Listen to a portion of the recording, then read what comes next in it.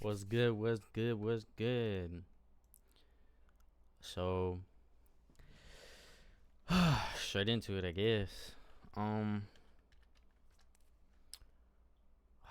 how can I Welcome. how can I Cause explain this? All right. So, what I'm gonna start kind of doing for my content, um, is I haven't really seen anybody else do this. I've like looked around on Twitch to kind of see if I could maybe find a bit of like my audience that could kind of help me. Um, but I don't know, like kind of like I guess somebody that's already making this content to be able to like maybe motivate me or like I don't know, like just kind of see how they're doing it and maybe I can put my own spin on it and stuff like that. But couldn't really find anybody, and I think I might have found one guy, but he didn't speak English. Um, so yeah, um, I'm Ezekiel Martinez. Um, I have my photography slash videography God's Eye, but on Twitch, just Noir. I might be able to switch it over. Not too sure yet. It's cool. It's all still new with all this stuff. But for streaming wise, um, I have my letterbox, and not only just my letterbox, I also have my journal. Okay. Uh, this I'll share with some of you guys some of my ideas, but not too much, because good ideas gotta keep secret sometimes. But more of like some of my thought processes through movies that I've watched or very very inspirational pieces. Um, Today we're probably gonna go over a little bit of like Space Odyssey. Some good scenes that I liked in there. Dreams by Akira Kurosawa. Um, Maybe Raging Bull. I mean, it's a pretty like known, dolly zoom scene kind of thing. Not too crazy inspirational. There is some good cinematography definitely in there. Kind of same thing for Lahain. Um, but I just kind of want to touch on some that speak a lot more volume that I kind of want to highlight with you guys. Um, but yeah, so let's dive right into it. So, uh, Space Odyssey. It's a great one to start with. Honestly, um, like for its time, what was it? It was like 1980 something. Yeah, or no, shit. I'm stupid. 1968. 1968. Stanley Kubrick. Stanley Kubrick, amazing director. Shouts out. I mean, let's take a peek at his artwork. I mean, literally, Shining, one of the best ones. Barry Lyndon, still haven't watched it yet, but it is on my watch list. Don't kill me. Um, Full Metal Jacket, still on there. Clockwork Orange, still on there. Eyes Wide Shut. That's a very good one. I just watched that recently. What I took me back a little bit. I know it's an R-rated movie, but like crazy sex scenes in the very beginning, chicks with tits out, whatever. But it just like took me for a little bit. I thought it was gonna be kind of totally something different that I've like heard from it, but bro, Space Odyssey, honestly, was one of the most inspirational pieces that I've watched recently, just for the like being of like 1968. Like, there's no CGI, bro. Like, oh, bro, hold on. I actually never. I'm gonna research this real quick, of like the budget for it. Space Odyssey, 2001 Space Odyssey budget. Let's see. Film production. Damn. I mean, that's still for like a very like blockbuster movie, starting from initial low estimate around 6 million before expensive special effects drove costs up. Okay. But final cost was approximately 10.5 to 12 million due to technical hurdles. So, I mean, honestly, like it says right here, from around 6 millions before expenses of special effects drove like costs, like the drove the cost up. It like a $6 million budget for a movie, especially of like, Stanley Kubrick's. I think he probably released um like maybe Barry Lyndon out first. No, that was after. Another thing about Barry Lyndon, I heard that he used a fucking like a NASA like a NASA lens, and that's pretty fucking crazy. Fuck. Sorry, my spelling sucks. Yeah, Barry Lyndon. London. Space lens, I guess. It's something I like kind of heard along the way. Yeah, ultra fast, because like back then, the shutter speeds and shit to be able to capture all that light within like very dark spaces was like very slim, like it's fucking 1965, like they're still, yeah, it was a f0.7 lens, like that shit crazy. Like back then, that shit was like a fucking like a PS5 back then, when the fucking like it was like when you were watching those videos as kids and you're like sitting there like, oh shit, like this is what the PS5 is gonna look like, and it's all futuristic and shit. Like motherfuckers, like at this time that technology was like, but I think, yeah, lens originally developed for NASA to photograph the dark side of the moon, and he used it in his movie. I'm very pumped to watch this. Like honestly, the biggest reason why he used it was for like he wanted to like encapsulate the time.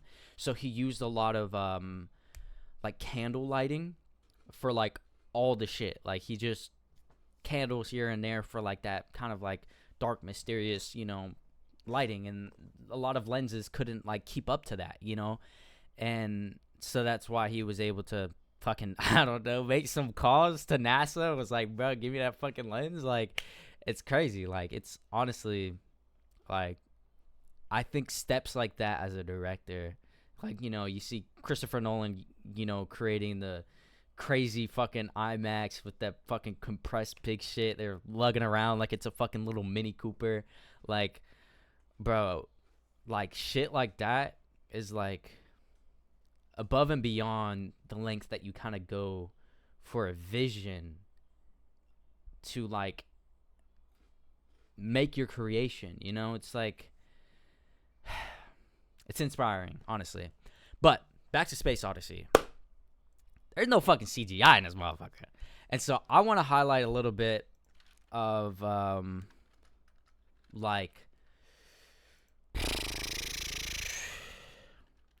just some scenes.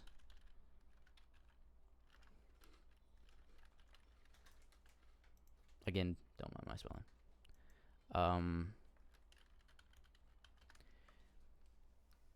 This was like one of the biggest ones that like stood out to me. Him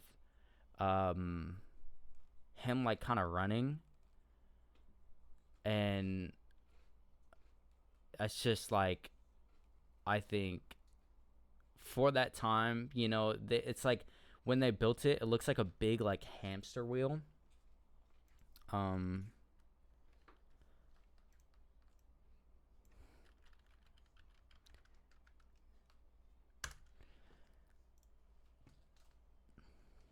Yeah, this shit is still a bit mind-boggling because of the different camera angles that I remember from it.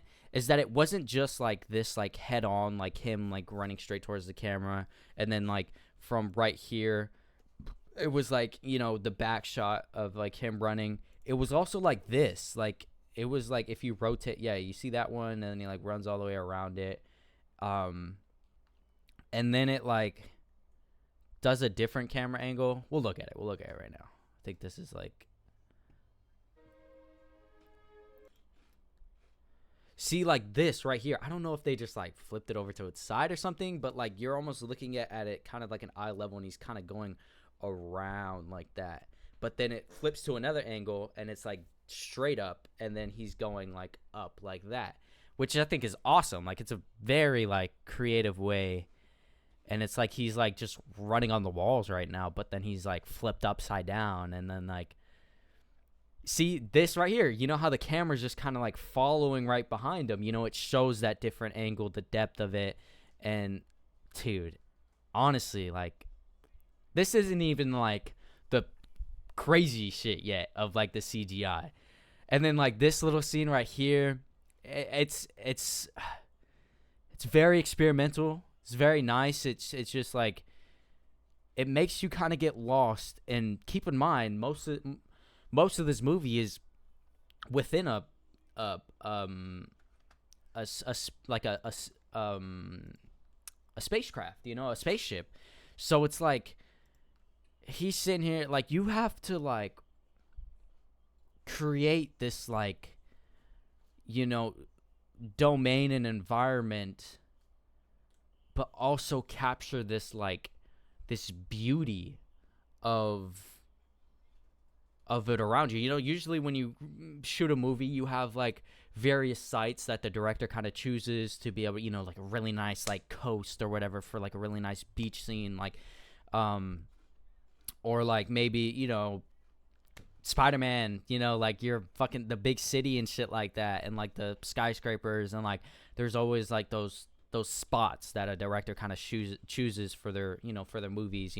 Sinners, the environment, the off-road, like off-grid kind of like vibe, like in the the whole like the farm and like the big ass barn and stuff like that. Like, but like when you're in a movie where you're trapped on a spacecraft, like you have to make it work of like the dimensions and like make it interesting and eye grabbing, because you're stuck in a craft. It's just like walls. You know what I'm saying? Like you have to make it as interesting as possible, which is a very challenging thing, I feel like, and of like finding new ways to show those angles. Like going back to him, it's the same scene, but it shows a lot more depth. It's showing this angle of him running, and then it shows the angle of him from the back, and then it shows the angle from here. But he still hasn't left the area. But it's like this jogging scene was like a few minutes long, and it was able to like still make it intriguing instead of like boring, just like in this spacecraft. It's like, man. And then that leads me to the other part of it, of like being intriguing to the eye, is like doing things like, oh my goodness, like this shot, like right here is a very prime example, a very well-known shot of him, like, walking down this, the tunnel of things, but that's that symmetry, that's that like, that's the eye intriguing thing that kind of just, and then yeah, this is some of the special effects that that they're kind of talking about. The fucking this shit, like, oh my goodness, what is it? The light, like the Odyssey light tunnel, yeah, kind of thing. Yeah. This shit is crazy. I think it said it took 3 months. How long did it take? I think it said 3 months. 3 months of like recording and shit, because they had to do it once on one side, approximately a 10-minute scene, runtime to record. Because it's okay, so a 10-minute scene. No, that's not right.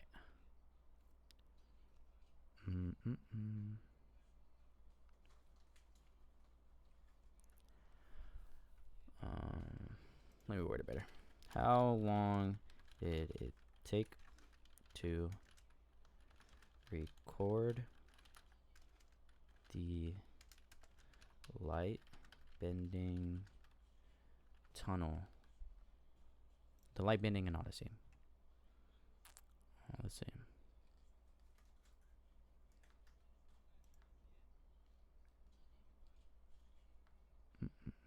Yeah, over 3 months. So, overall sequence of the film phrase, because the sequence was roughly 10 minutes.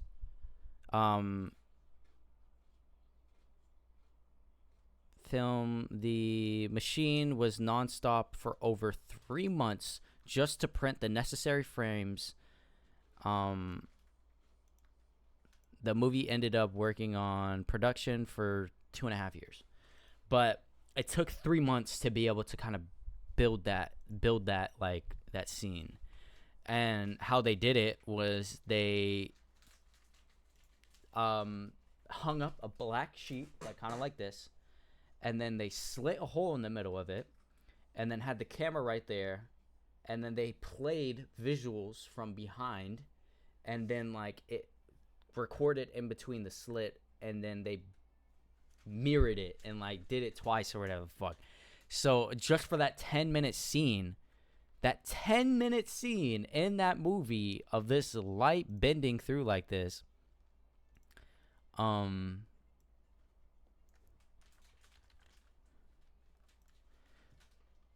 this beautiful 10-minute scene of the light shining through when he like takes off, right? Keep in mind, you can almost see the slit. Like kind of like right in the middle of that. And it's just the dedication. 3 months of just recording for a 10-minute scene. No CGI, just straight dedication. It's beautiful. It's genuinely inspiring of like if you're those low budget filmmakers just starting out, like me, like whoever's watching possibly, like this right here is like you're just like, oh, I don't have the materials for it, I don't have this, or I don't do that. Like honestly, I do that to a lot myself, like, oh, I need to make sure I have all this, I need to make sure I have the right camera, I need to make sure I have the right fucking monitor for it, the microphone, the stand. Like honestly, bro, like if they was able to do this shit back then, no CGI, and it took 3 months for them to be able to do it, and it came out with such a beautiful thing like that. I know it's a fucking $1 million like multi-million-dollar like movie, obviously, like, but still it's like, just let alone fuck the millions, like them taking that time, having a creative idea of what they wanted and just going for it. 3 months straight running that camera, and keeping it alive, not giving up when it, because it, even as it says right here, how they had like moments that like it took 2 to 3 years to like produce the movie, but like it's just like fuck, bro. Honestly, good movie, great movie, very inspiring. The ending, beautiful. It was beautiful. Honestly, it was good. It was good, but confusing. When I first watched it and I seen the whole like baby part, I was a bit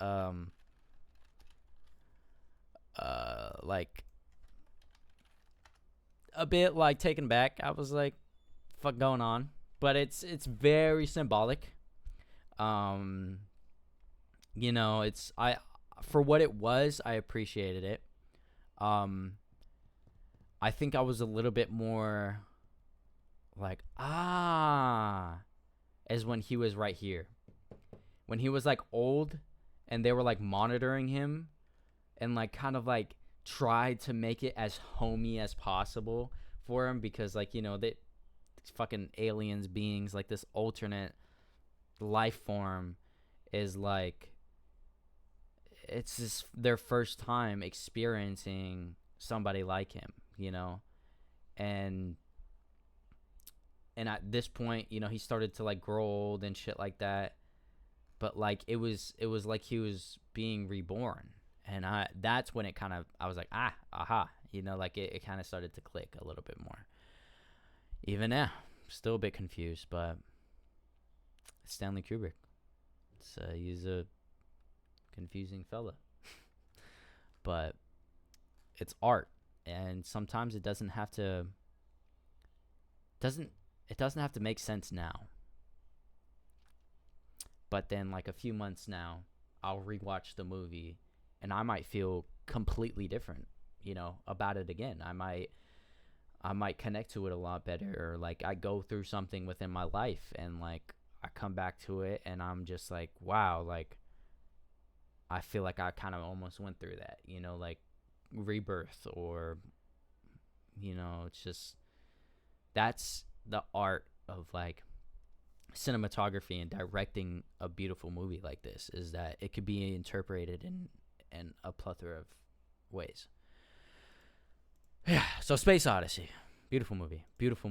Honestly, that was like one of like my first films that I kind of watched. I think it actually was when I first started doing this and tapping into it. I was like, I'm watch Space Odyssey, and that's why I have it. I have it in my book. Shouts out the journal. We're just now tapping into the journal. Might go on a little yap session about it right here, but honestly, those symmetrical scenes, the first, the Dawn of Man type scene, him running around in that circle type scene. It has the hamster cage right here. That like, and I have all my notes. Honestly, like, now I'm gonna tap into the journal. Okay. Get a fucking journal. Get a journal. Like, right now, if you ain't doing shit right now and you just fucking watching or something like that, turn off the fucking stream. Go buy a journal. I can't stress this enough. Like, you carry around this journal and like you hold this shit tight to you. You hold it tight to you, and throughout the day you'll have an idea, or you'll have a moment where you're like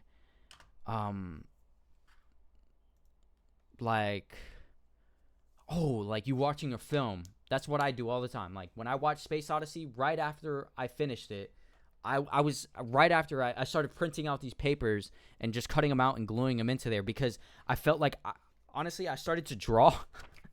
I suck at drawing. If you can see from the back of these ones, I have like shitty ass, like, that's like a rainbow, because I was describing a certain scene, but it just wasn't coming out right. And so I was like, fuck it, I'm gonna just print it out. I need to envision it. I need to see it, so I kind of keep that like momentum of that like inspiration of what I seen, instead of having some shitty ass drawing in there that like, So if you find something while you're watching Space Odyssey, or you're watching some inspiring film, write it down, print it out, cut it out. It's not against the law or anything like that. Just do it so you won't lose it. And when you start to do that more and more often, like, as you can see, I start like doing, film and stuff like that, but then like, boom, I start to have my own ideas, things that I've already started to put in there that started to inspire me to write my own stuff, to be able to like, and that's why you have to carry this journal around all the time, to just express that, release it, put it down on paper. And at that point, I'm always big on like, you could always have it in here. You could think about doing it all the time. You could think about recording. You could think about going out into public, do your videos, whatever. Maybe it's with friends. You could think about it. But then, like, the next step to that is writing it out, writing goals, planning, the idea of it, and you write it down. It's almost like it's becoming within existence. Like, you're saying it out to the universe almost. You're saying it out to God. You're just like, this is what I want to do, or this is what I'm doing. And then the next step is like saying it, talking about it with people, networking, and then so on and so forth. It develops. But if you just keep it up in here, it's just going to stay up there. And then you're going to go to sleep, and you're going to wake up and you're going to forget about it. Or you still remember it, but it doesn't feel as passionate as you felt within that moment that you first had the idea. So when you capsulate that, when you jot it down right when you have the idea, it's in that moment and you wrote it down, you have it, and you know what you felt within that moment because you wrote it. And that's the biggest thing. Like, I don't go anywhere without this shit. Like, I put it in my backpack whenever, if I'm going out to a trip. I take it to work. When I'm at work, I'll just like take it out, jot it down, an idea, or like I'll maybe watch something or see something and I'll write it down, and like like whatever's inspiring me at that moment. Because honestly, you're not just gonna sit there and just wait for your downtime when you get off work or when you do whatever you do, and then you're trying to like find a good idea. Like you can have moments like that where you're like, okay, I just got out of school, I'm coming back home, I'm decompressing, this is my time to have like a good idea or like brainstorm about what I want to do. That's a good moment. But like, what about those times where you just got out of class, you're walking across the whatever, the loft or whatever the fuck, and you're in the library and you see somebody like do something and you're like, fuck, oh, that's fire, like, oh damn, I could like use that or something like that, or like that's an inspiring moment, and then you have nothing to write it down on. Write it down on your phone. You could do that too, like go on your notes. I have my notes like full of like small little ideas that I kind of catch a glimpse of if I like really don't have my journal on me. But biggest tip, get a journal. Get a journal, because you're going to really beat yourself up on the ideas that you lost. And that's probably one of my biggest tips for beginners, and just in general, because that's going to take you a long way. I feel like a lot of the greats do it. Fuck, I feel bad for not knowing his name right now. Look away, guys.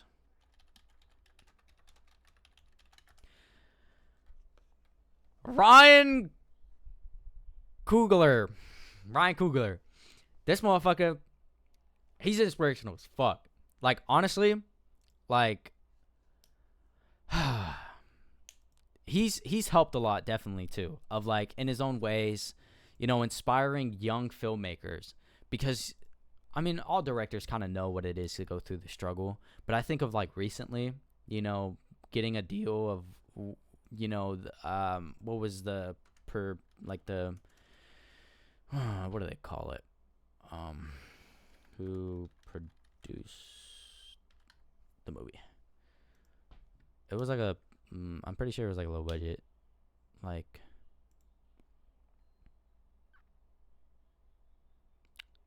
how would you say that? Not produced the movie. Studio product. Proximity Media? I see some of Proximity Media shit.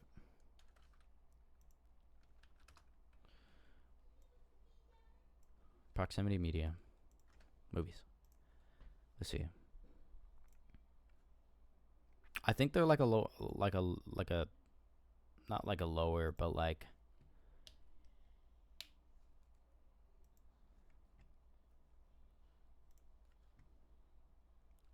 Sinners, Creed 3, Judas and the Black Messiah, Space Jam 2. Is that like all of their films? Like all of them? 1, 2, 3, 4. Space Jam 2 is, I mean, but hey. From films produced by Proximity Media. Okay, here we go.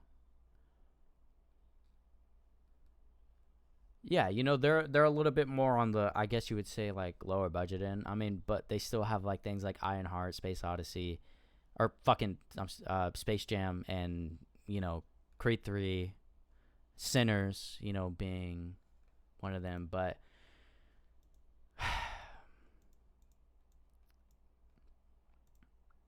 like being that, like making it, he's doing a really good job of like staying a humble director through the thing. Like, I want to say, like, I guess I didn't know him before Sinners.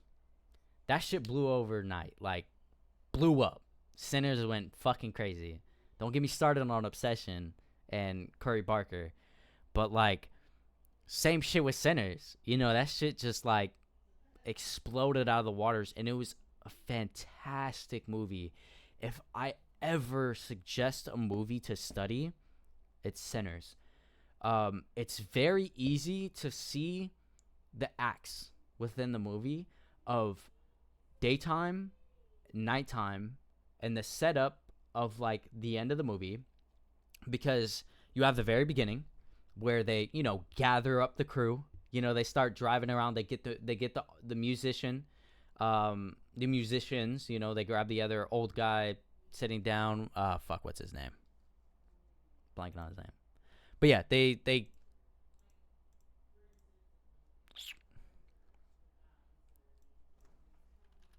since we're talking about it, I just gotta pull it up just so we can rehearse back. Delta Slim. They grab Delta Slim. He's playing the harmonica. They go grab the security guy. And then they grab Annie. She makes the all the food. They hit up the what's his name? Yeah, Grace Chow. That's like the wife of the the other Asian guy. But they get the sign. They start building and making this the whole shindig. But you see it throughout the day develop the arcs. It's a very simple format of a movie that just works. Some movies like Memento, that's a hard movie to just jump right into and try to see the acts. You have Christopher Nolan explaining it with the half circle thing and trying to show you when it jumps from parts to parts and it's all entwined from the start to the end, But Sinners, like I say, is if I could suggest any movie to watch and just study for just the cinematography, but two, tracking the acts. What's happening, what's leading into what, daytime to nighttime, and kind of the shots in between of creating the suspense, of when the vampire ran right past the camera. He ran right past the camera to go inside that house that he jumped into and murdered the woman, or transformed them into vampires. But those are the small little suspense development, this moment right here, they're he's being chased, being followed, using moments to not give you the full story, but you start to piece it yourself, because it shows the woman screaming, but then him standing in the corner with that kind of mischievous fucking look, and this is your first impression off of him, and then boom, you're oh shit, he's a vampire, you know what I'm saying? But it's this whole party shit is still going on. They're trying to gather up all the crew and stuff like that. But then it shows this to build that suspense that's happening on the other end of the world, not the world, but the side of town that's shit is happening while things are happening. It's brewing. The storm is the story's developing. And then that's act one, it stops. And then this is that little intermission part where it shows you develop the story a little bit more. And then boom, it goes back to act two. Act two is when the party starts. The music starts playing. Everybody's having a good time. The beautiful singing solo thing. They go up and knock on the door because they hear. That's act two. It's it's unfold all the stuff that was unfolding in the previous act is now starting to take effect. These characters that were across town are starting to integrate each other when it's all kind of coming together. And then that's when it hits you with boom, act three, when like motherfuckers are getting like vampirified and like shit is happening, like shit is getting crazy, like motherfuckers are like going outside getting fucking trampled and like fucking eating and shit, and you see fucking I think his name was Cornbread. Like you see Cornbread get tackled and shit, and then like that whole suspense, them holding down the fort, them trying to swallow the garlic, um and then the final act, the the uh the almost like the fall, the conclusion, they defeat him. They he has that big gash on the side of his face.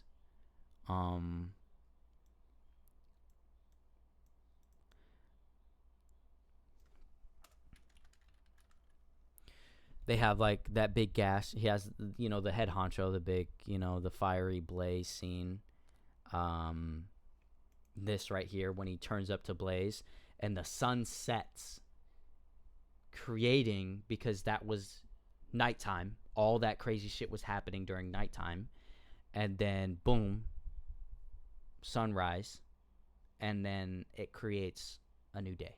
A new like act, the final scenes, him getting this big gash on his face, burning up, and Preacher Boy having to go home, go back to church, go back to his father, go back to his town, with Smoke,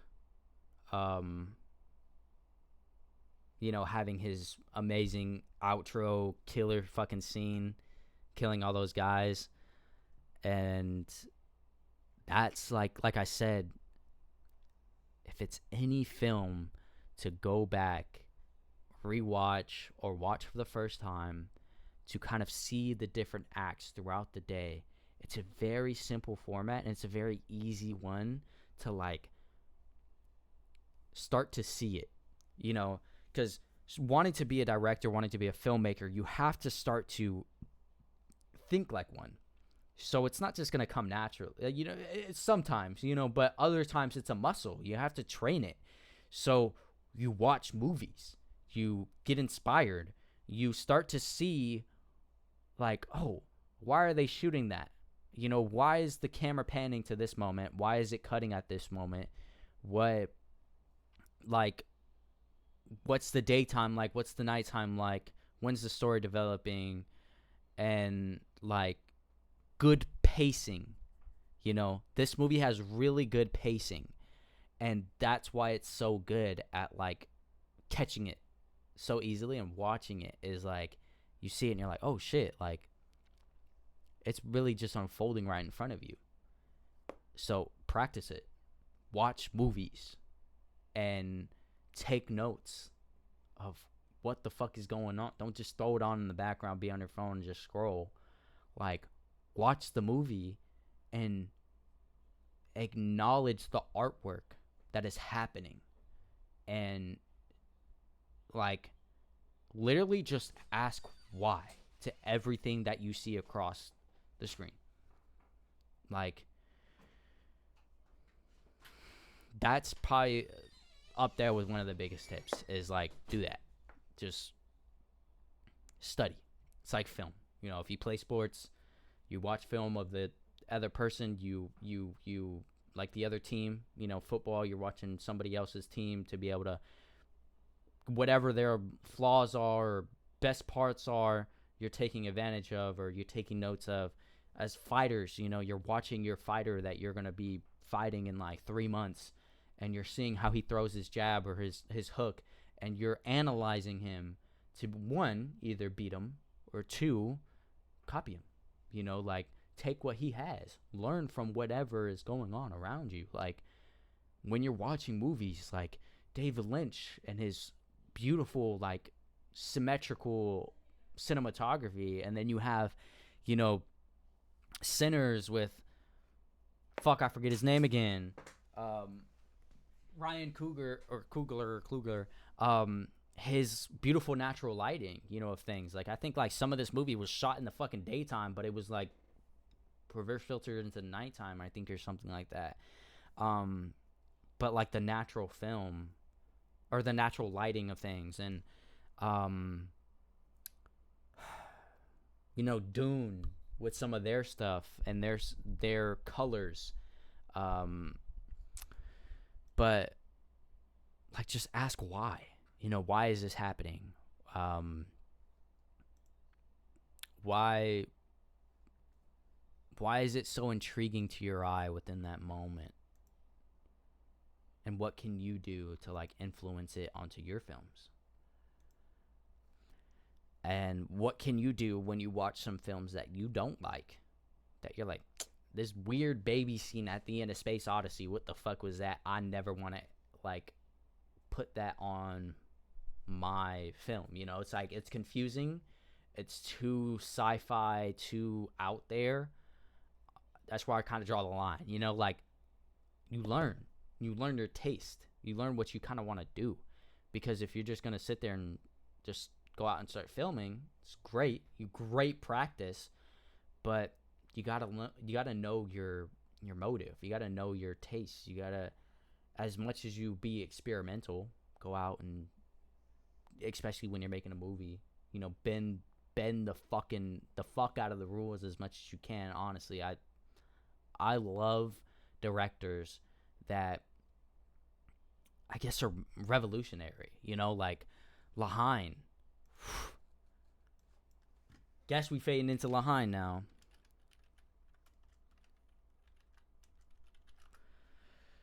Lahain. Fritz, actually, fuck that. We're gonna talk about Fritz Lang real quick.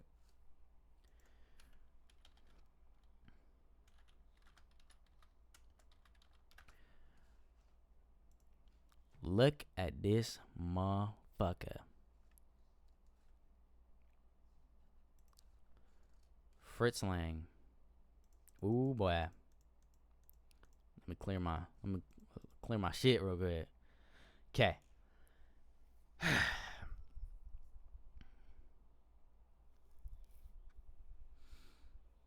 So we got Meteorolopus. Great film. It's a silent film. One of my first silent films I ever watched. Weird story, but beautiful creativity. Like, honestly,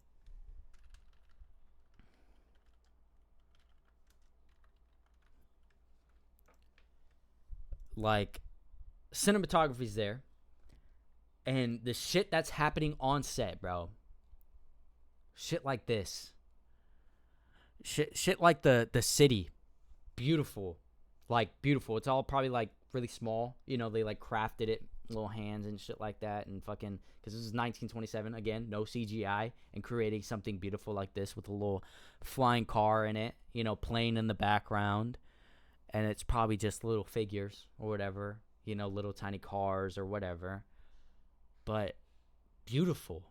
Like, to create something like this in 1927, creating something so experimental, something so, like, at that time, if you're in the movie theater at that time when this shit is, like, happening, and you're like, what the fuck?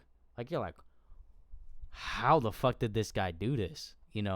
Especially for this time. People were probably watching this shit and probably thought the fucking flying cars were real. I would say another one is, fuck, who made 8.5? I'm so sorry. 8.5. Whew. Whew. Beautiful movie. 8.5. Federico Fellini. He's an Italian film director that um, when he when he made Eight and a Half, which this is the like that revolutionary thing that I be talking about, is this is kind of a movie that shits on Hollywood a little bit, of like how Hollywood's like how their movies were, all the crazy money for it and shit like that. But I don't really know the drama too much, but he was like, basically, okay, you want to shove all the Italians out of like Hollywood and film? Fuck you. I'm going to go make an entire Italian film movie, Italian cast, everything, actors, lighters, filmmakers, whatever, and poured his heart and soul into this. And this is probably one of the best ever dream sequence movies that I've ever watched in my life. Like, the experimental shots, there's one part of like, there's like a maid, she was like in a bedroom and she was like wiping a wall, and then it just like appeared, she like, somebody called her name or something, like she turned like that, turned back, and then she was like wiping a mirror. And then like, it's like those experimental shots, they were cool. Some of them are a little sketchy, not gonna lie. Let's try to look at some, actually. Obviously the very opening scene, so beautiful. The opening scene of him dangling and like with his leg, this right here, him dangling with his leg. This is the first 3 minutes of the movie, by the way. Beautiful right here. Like, that's that symmetry, that is obviously looks like a little screen, but hey, again, it's 19.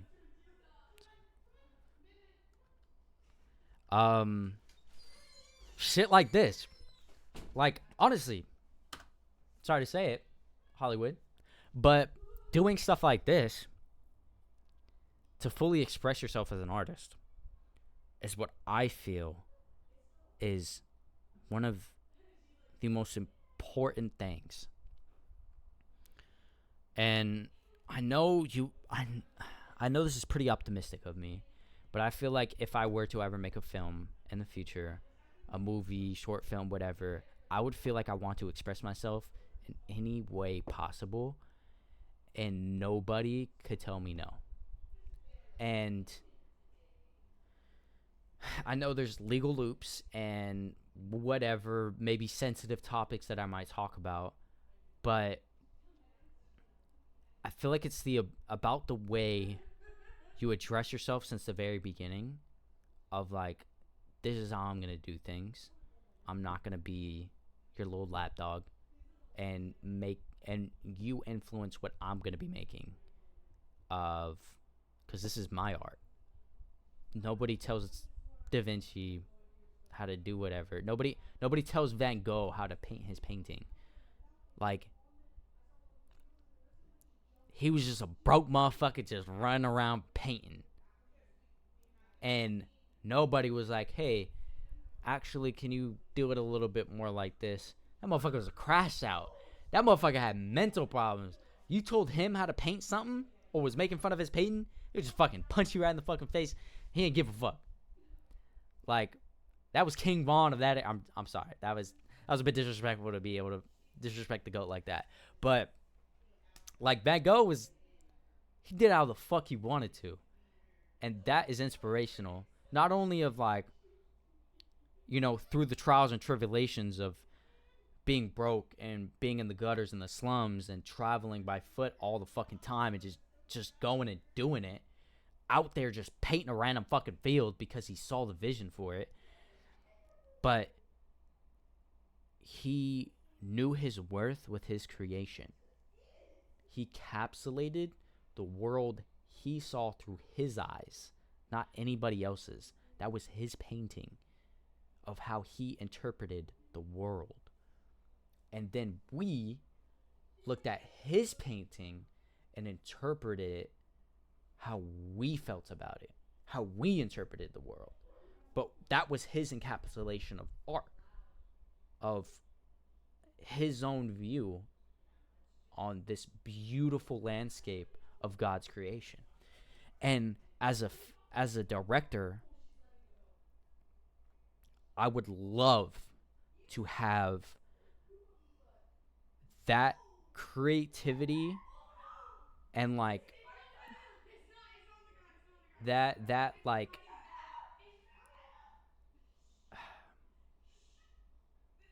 have that creativity and have that blank canvas to be able to paint however I want to. Sorry for that little yap session. But moving on.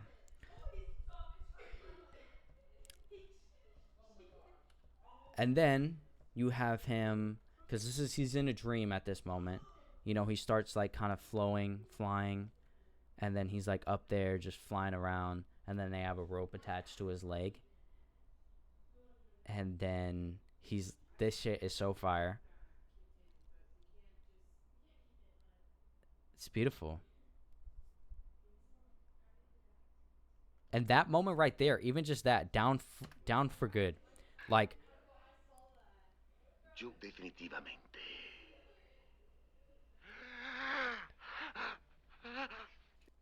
and he wakes up with his hand, like, reaching out. Like, honestly, you feel it. Like, I dream a lot. So I have a lot of dreams where almost like I wake up and I'm like, oh shit, like, you know, I'm moving around or something like that. But as well as like moments like somebody will say something like very symbolic like that, of like, oh, down for good, you know, and then he drops down. You know, I've had moments with in my dreams where I've had like somebody say, oh, watch out, and then like I turn my head and then boom, like a fucking like semi truck hits me and I'm in like the middle of a park that doesn't even have a road, you know, like. But it's like, I don't know, it's like almost like if you're up here, almost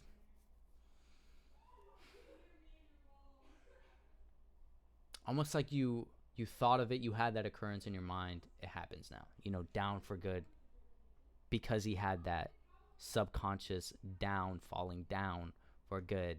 He fell, he started falling in his dream, then he caught himself, you know, he woke up, startled himself. And I think that's like a cool, like again, that's shading on that dream sequence kind of thing. Like, it's beautiful. What else we got in this movie? Other than, the ideal woman. I'm pretty sure there's music playing in this moment. That's fire. Like him staring at the woman and almost like, you know, fantasizing about her. And like, look at this little quick eye movement. He's looking at her and like he kind of like shudders over. It's like he's,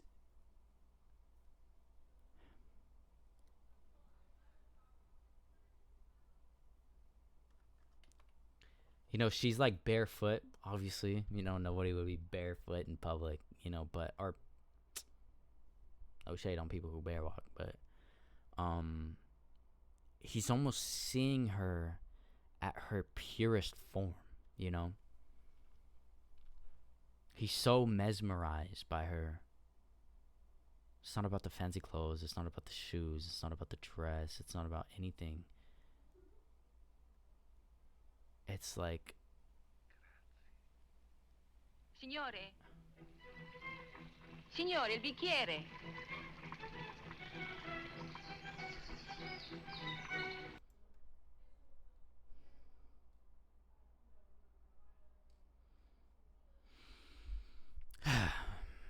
beautiful, beautiful movie.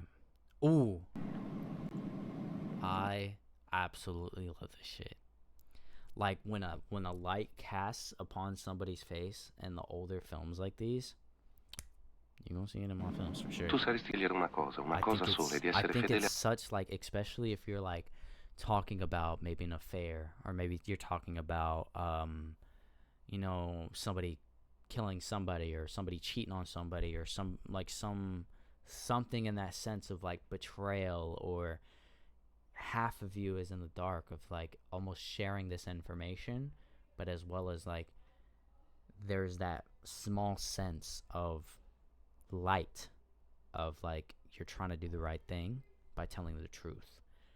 And I guess it's like a bit of a yin yang. That's how I interpret it. That's how I view it. Maybe other people kind of see it as another dark, mysterious moment, but how I view that within a film is like, it's like that moment of stillness. The plot is thickening with the character having to decide to do something really dark because he knows it will hurt somebody else, but having that pureness of light that he's trying to do the right thing, but it's not. He's like a good character stuck in a pickle of good and bad, but it's just like whatever he chooses is bad, but he's still that good person. But hey, you can interpret it however you want to interpret it. People always have their own views on things.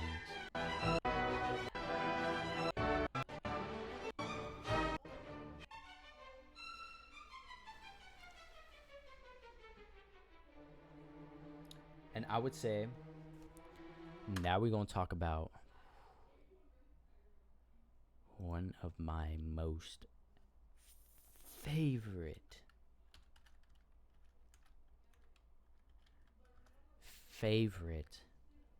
movies of all time as of right now.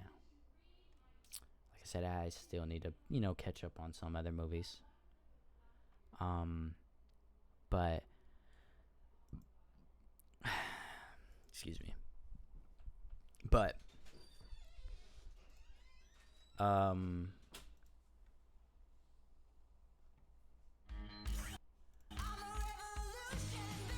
through that, sorry about these guys, by the way. But I'm gonna start off with like the first, like beginning. One, I remember when he first stepped out of here, like the little kid first stepped out. I was almost looking at it, and the depth of this kind of caught my eye. This is like the first moment of it. It just started off like, it starts off a little bit before this, but like there was like this weird depth view of like the camera just being so still on this moment. And then I was like, is that like the front of the house or is that like the back of the house? I don't know. But then it like appeared of him walking out and stuff like that. It was pretty cool. The rain, this moment. Ooh. Oh my gosh. The forest in this moment, so beautiful. And see, let's talk about it, of like that director view of things, how you have to kind of start looking at some of the cinematography of how the camera is placed. You have two pieces of wood right here kind of encapsulating this moment of this mysterious forest that's overwhelming. So it's not like you have this wider view of like you see the ends of both of these trees. It's more of like you see this cropped view of this cramped forest that he's in. If you wanted somebody to feel so wide and big, you would kind of extend the lens, get it like pointed up a little bit more, and make it feel like massive. But what they're trying to show right now is crampedness of this dark, mysterious, rainy forest. It starts to open up a little bit more as he starts to go in, creating this like, showing like this how big this forest is compared to this small child. And then this moment of like stillness, the quiet music. I love it. Like, keep in mind, when I first watched this movie, I didn't have subtitles, and the subtitles weren't working on what I was watching it on. And so I didn't know what they were talking about. I don't know why this kid's in this forest in this moment, and I don't know why this is happening. And it literally, as the title of the movie, it feels like a dream. And it's almost like somebody came to Akira with like these different dreams that they've had, or even maybe dreams that he had, and he just crammed them all into one movie. But this is just fuck.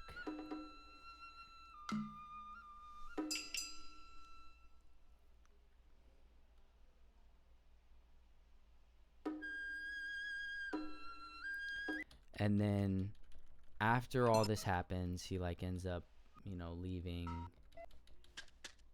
back to his mom, as what I think, she's waiting on him back, and he's kind of like, she's like, where were you? Are you in the forest or whatever?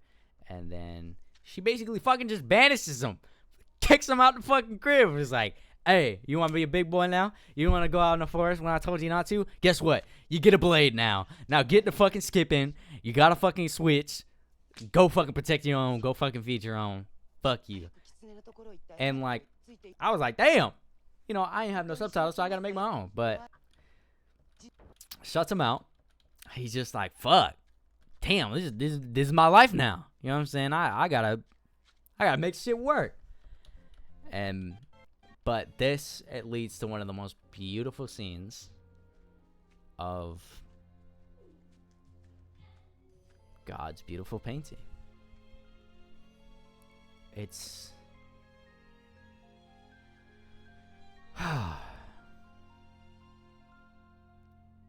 he's like, I don't know if he's directly in the middle. I don't know if you want to whip out a fucking ruler on that shit, but he's like in the middle. Mountains, the rainbow over, the beautiful flowers around him. It's so dreamy. It's living up to its name.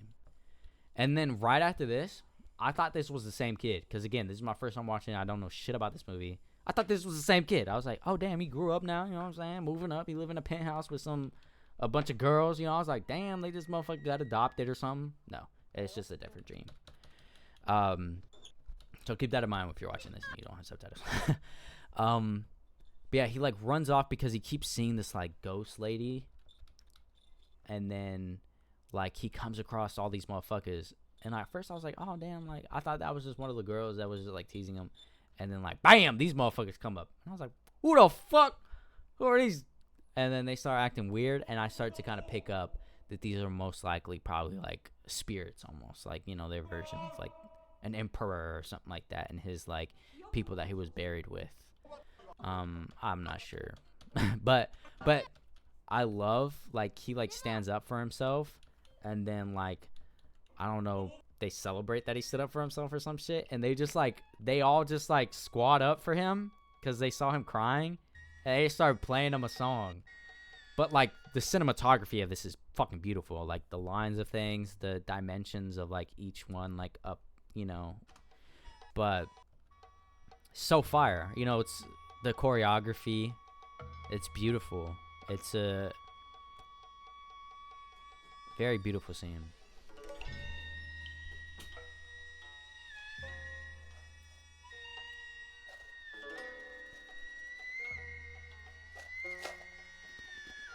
Can I go water?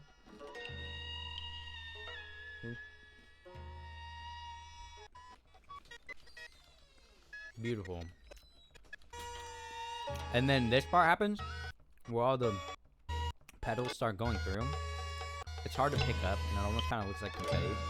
But keep in mind, they're like rose petals, because then they show all these or not rose petals, cherry blossom petals. And then they all just turn into fucking cherry blossom trees. And then like they were gone. Not too sure. But then like the lady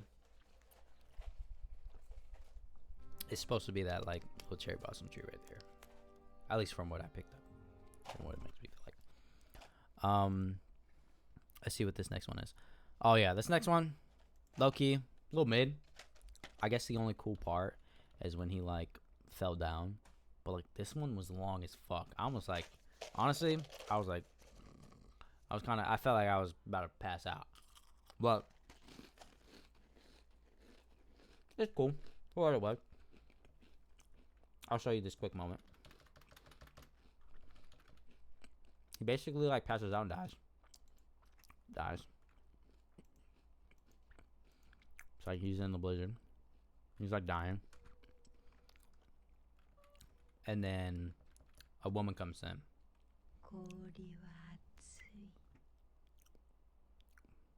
Don't know why. Don't know who this woman is. Doesn't really give up any kind of story to it. But she's like beautiful. I guess it might be like a Grim Reaper almost. Maybe.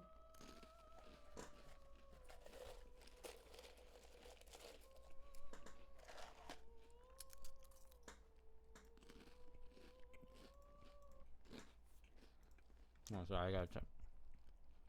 Check if we still live and we still good. Yeah, we're good.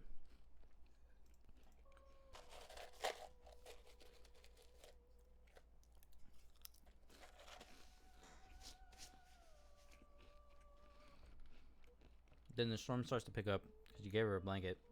Really sparkly bracelet. Pretty cool. And her face turns all weird. And the wind blowing. It's kind of weird. Guy disappears and then he wakes up and then he finds like a camp. And then he's like saved. This one's cool. I like this one a lot. Again, it was like kind of a slow one right back after it. He's like an army man. I think this might be like, you know, his guilt. This tunnel scene was really, really cool.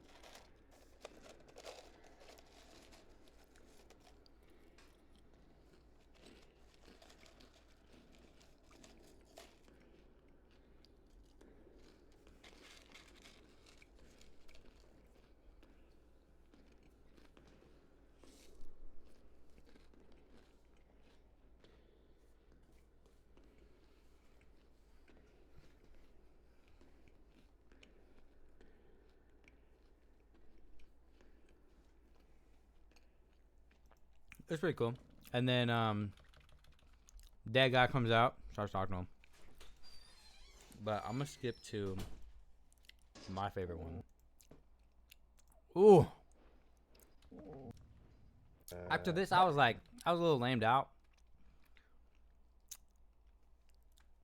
I don't know what the fuck this says, but might as well be the greatest fucking cinema I've ever seen in my life. Boom, first shot of Van Gogh. I like Van Gogh. As you heard from my rant earlier, beautiful artist. Amazing. And then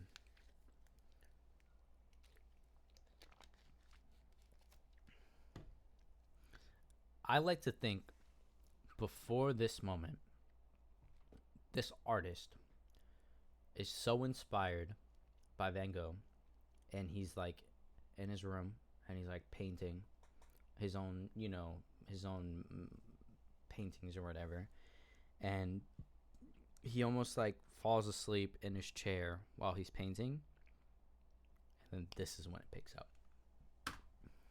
That's what I like to think. But he's passing by, you know, his inspiration, which is Van Gogh. Then he comes, and this perfect shot right here, after he walked past everyone and kind of embraced it, you see him with his painting stuff, and he just sits there for a second and just soaks it in. I'm gonna be right back. Go grab some snacks.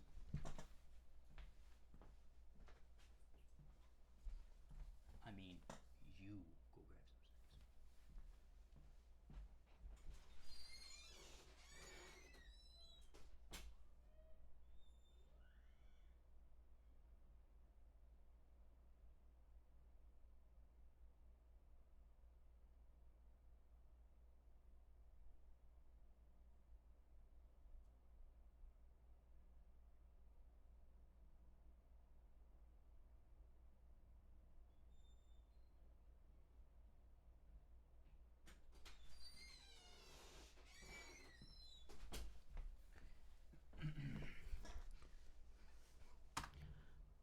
All right, let's get it. How long are we streaming for?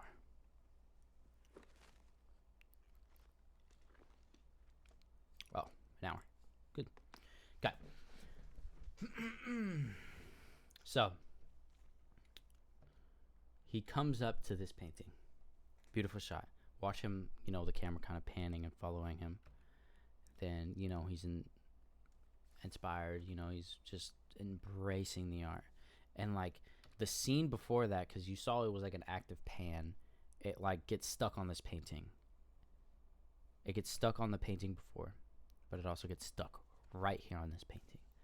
Has them a little bit to the right, but has this painting in perfect like symmetry, other than like the little bit of the top or whatever, but it's locked on. And then you have this push in of this painting right into it. And this is still the painting, but watch. It appears into a live view of it. Let's look at that one more time. Because you see the horse on the carriage.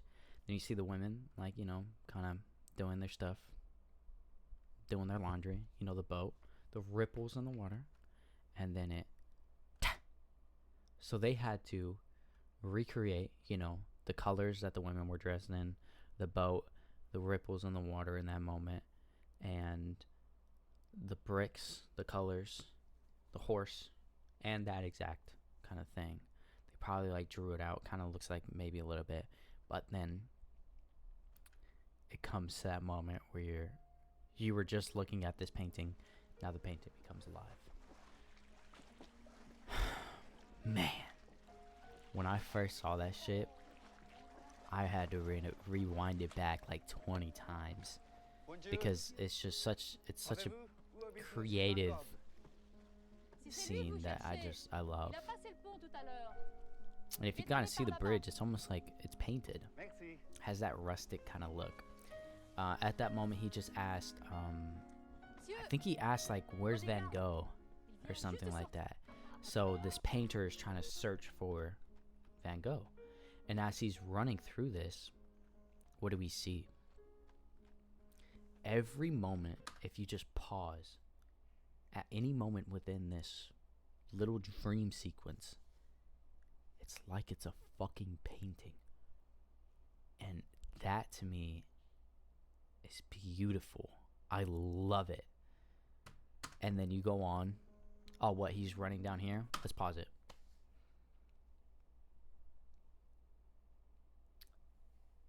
Beautiful. The barrel on the side, like the wagon on the side, the flowers on the rows, and then that green on the side, the other stuff in the back. Oh wait, he comes up to this house with this crazy little colors. Every scene, and it kind of moved from like this like weird panning to almost like every single time that it jumps to a new scene, it's stuck on this painting, on this beautiful moment that's being captured, and then it picks up and it starts panning on him. It's intentional. It freezes on moments that just look very appetizing to the eye. And it's creating this setting, this dream-like environment that he's kind of running through. Let me guess. Stops. Why does it stop? Because it's another painting. He's almost painting this story in play of each, like, pan, freeze, painting, pan, free. He's just painting along this whole way. It's beautiful. And then he comes to a moment where the painter finally sees him.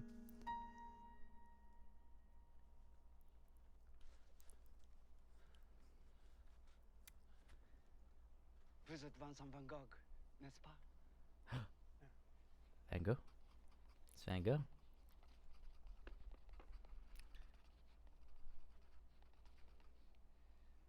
Why aren't you painting? Okay, before I get to this, I'm going to give you 3 guesses of who this is.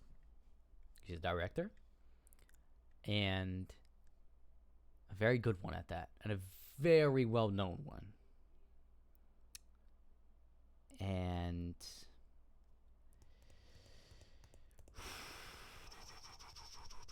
what's another hint? I think he's Italian.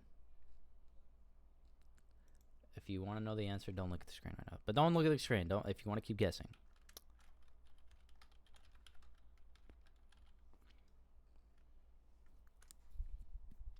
American. Oh, he's fucking American. Fuck. He's from New York. If your eyes are still closed. I'm not gonna name his well-known. I'll name. He made Raging Bull. Those are your hints. You have 5 seconds. 5, 4, 3, 2, 1. You can open now. Yep. That's him. That's Van Gogh. He's playing as Van Gogh right now. Think I'm lying?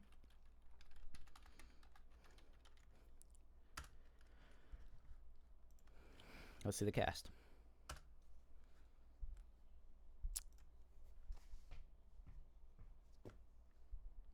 I ain't got no cap in my rap. Where's he at?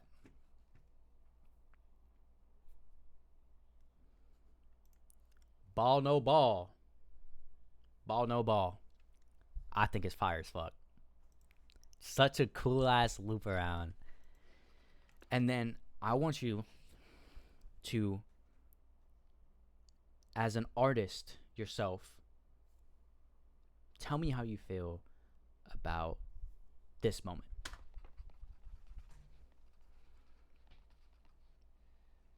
Why aren't you painting? To me, this scene is beyond belief.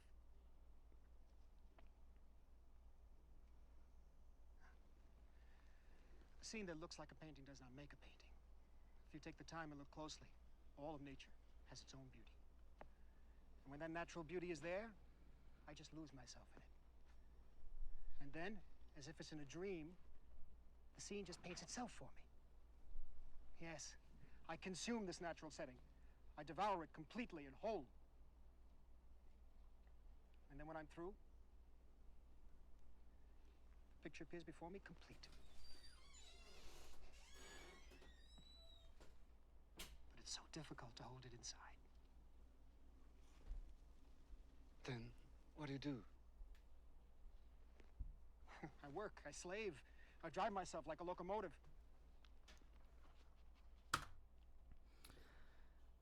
Whew.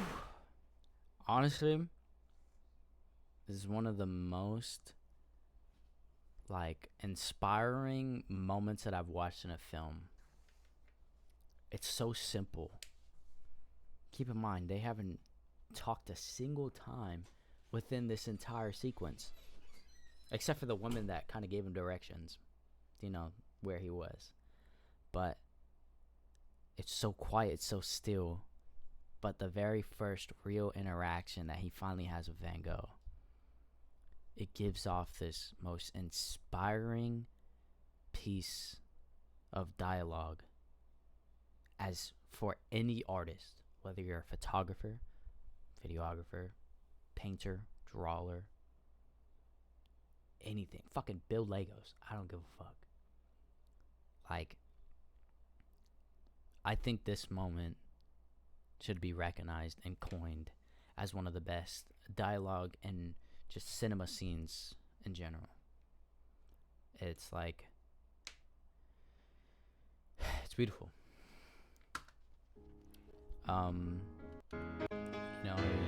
He just starts painting. Then he packs up and he leaves. And then it's kind of when the moment of that dream sequence is really showing. He's kind of walking through all these paintings and drawings, almost at this moment I kind of see it as almost like an ego death that the painter is kind of going through, being consumed by this art, and to the moment where everything feels a little bit more darker. He seems like he's fully encapsulated by all this art, trying to search for Van Gogh in it. almost like him as an artist, that he was so inspired by this artist that he's finally having a moment where he's absolutely consumed by his ideal, that a person he idolized, to now it's like he's having this ego death of all of his art and his own. And this is Q, one of Van Gogh's paintings of all the crows and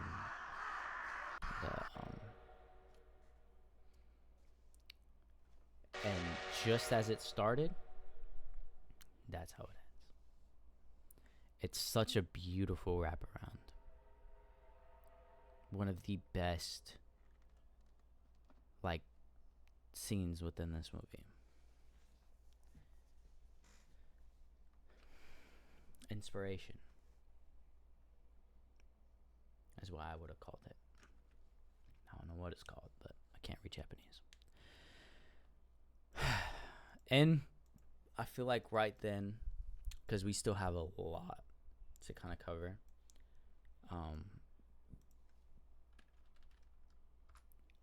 we still have a lot to cover of some of the stuff that I have watched. You know, we still got Quentin Tarantino. We still got some more. We kind of shed a little bit of David Lynch, but we can get back to David Lynch. Kind of shedded on him a little bit. Then we have, you know, these two Van Gogh. We have China's Van Gogh, which is fire as fuck. Just watched it recently. We also have the At Eternal's Gate with William Dafoe, amazing actor. You know, we have a lot of stuff in here that I kind of want to shed. You know, Fight Club, Lahain. We didn't get to talk about Lahain too much. And we didn't even shed on to these yet, but whew, those are something else. But we have a lot to come back to. So we've been on it for about, let's see, about an hour and 20. So I feel like this is a good point to stop, come back onto it. But until then, see y'all again.